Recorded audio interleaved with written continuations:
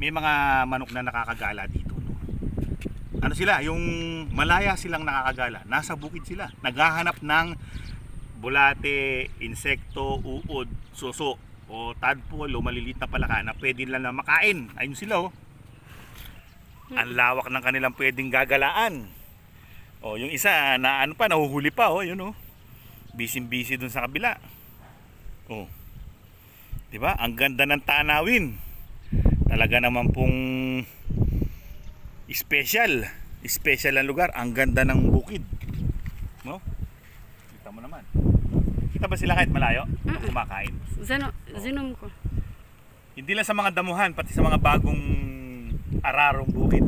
Pero mas marami sila makukuha dyan. Mga insekto, kamaro, tawag doon sa amin alipaktong, yung grasshopper na maliliit.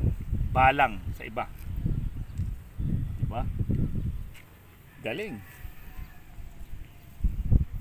Yan ang advantage ng mga nakakalayang mga manok, nakaka-range lang, nakakawala. Nakakain nila yung mga gusto nilang kainin, yung mga kulang sa diet nila, napupuno nila sa gather ng kanilang matutuka. Kumbaga sa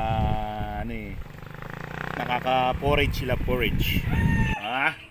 Ito ang pinaka malapit na substitute sa mga insekto at ibang mga uod o bulate na nakukuha ng ating mga manok sa kakagala, no? So kung ang mga manok natin nakakulong, at tulad ng mga manok natin dyan, o nakatali, so wala silang ganong access, maliban na lang sa maligaw yung insekto dyan sa tabi nila, or may discover silang bulati sa tabi, dun lang sila nakaka-access ng raw na klase ng protina. Meron din naman protina yung mga pagkain na binibigay natin, yung pellets, or meron din sa kitchen scraps. Pero syempre mas maganda kung magpo-provide tayo ng raw type ng protein na hindi process, no? Ito yun. Ang pinaka effective at pinakamadaling ma-obtain ay ang giniling na baboy. Pwede rin giniling na baka or isda. Siyempre mahal yung giniling na baka. Dito na tayo sa giniling na baboy. Ngayon, wag yung karne ng manok na giniling o anumang klaseng ibon, kasi mga ibon yan, eh. Kaya kailangan karne ng baboy, baka, isda. So pinakamadali, giniling na baboy. Pwede rin namang hindi giniling. Pero ayun, maghihiwa ka pa, magcha-chop ka pa. O dito ka na sa giniling, ano? So ito ang klase ng raw protein na maibibigay natin sa mga alaga natin na nakatali at nakakulong, kasi hindi nila kayang kunin dahil sila ay nakakontain sa bahay nila, no? Hindi katulad ng mga manok na nakagala. Kaya nilang maghanap ng protina na kailangan nila. So, ang magandang gawin dito, syempre, pwede na nating ibigay ito na raw. Pero mas maganda, pakuluan muna natin para mamatay muna yung mga initial na bacteria o anumang germs na nandyan sa karne. Hindi naman totally matagal na kulo na matatanggal na yung mga protina nila. Eksakto lang na mamatay yung mga germs. So pakuluan na natin muna. At palamigin, siyempre. Kasi pag mainit, baka mapaso sila. So, let's boil.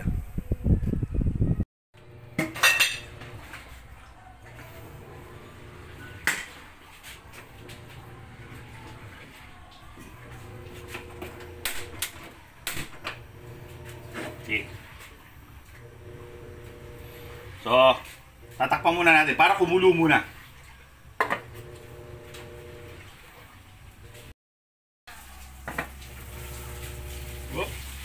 Kumukulo na. So, ilalaglag na natin ang mainit. Ngayon, nandyan na sa kumukulong tubig. Hayaan kumulo at huwag tatakpan para sumingaw yung kung ano man ang amoy dyan. Huwag nalalagyan ng asin o anuman. Basta dapat natural lang na karne. Ngayon, kumukulo na. Pwede na nating i-strainer.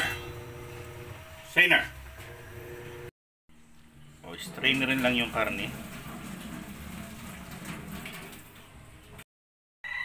Yan. O, break lang natin ng konti.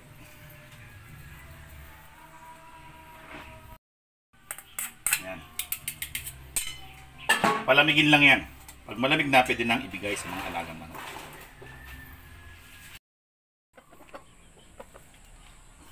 Malamig na ang karne na kanilang kailangan. Yan na natin. Para sila ay magkaroon na ng kanilang protina. Ha? Okay. Tagkunti lang, ganito lang. Tagkunti lang. Hindi mo kailangan marami. Oh, sige. Aba, bumaba ka na. Nag-aantay ang pagkain. You know. Tatawag pa eh. Rekta na, kainin na. Huwag ka na magtawag. Crocodile. Yung mga maliliit lang na parts ng kay crocodile. First time niyang kumain ng karne. Oh, gusto niya oh, di ba? Oh. Crocodile. Ito. Oh, ito. Ito talagang to kahit kahit hindi kinakain, kakainin nito. Dito ka, oh. Oh. Konti-konti lang, budget meal. Budget meal lang.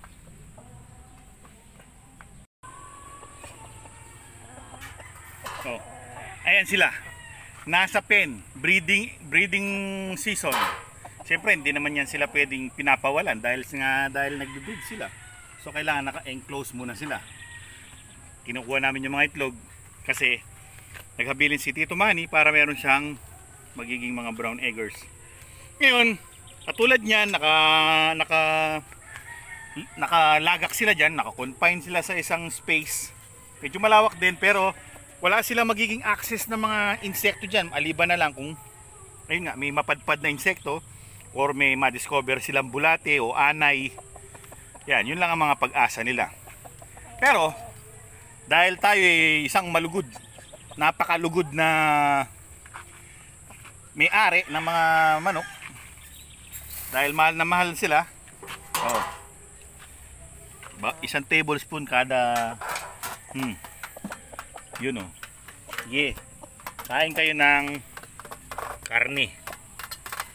Gusto nila yan. Oh, si favorite din. Kahit naglilimlim na si favorite, bigyan. Bigyan si favorite. Dahil favorite. Kainin mo na yan. Ayun. Ha?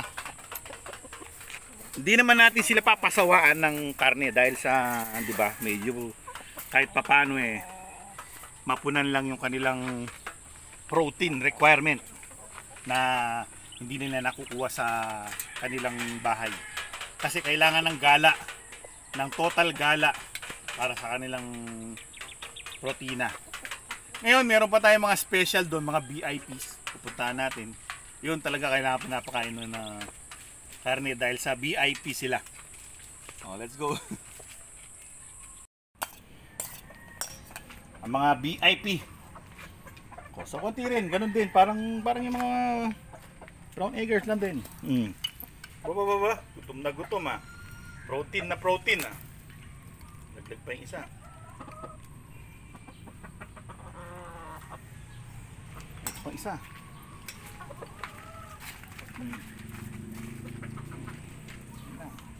Sakto lang. Oh, sarap. Sarap na sarap. Kasi alam nyo, kapag napapansin natin kapag nasa pen silang lahat tapos wala silang nakukuha protein, magtutukaan niya ng balahibo para mapunan lang yung protein nila. So ganun din, pag nagtutukaan, pwede tayo mag-provide ng high protein na diet para sa kanila. O kung meron kayong budget, pwede kayong bumili. O si ano naman, si 5K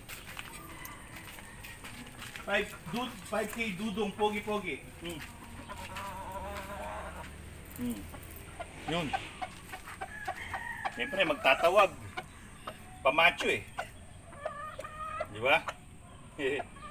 Pamacho effect. Pero mamaya-maya pag wala nang nakakakita, uubusin na niya yan. So yun ang aming episode ngayong araw na to mga kaibigan. Sana meron akong naiturong maliit na bagay sa inyo. Pwede nyo gayahin. Tapos kwento nyo lang sa comment section kung ano ang naging resulta. Hanggang sa susunod na episode. Maraming salamat sa inyong panonood. Paalam! Paalam!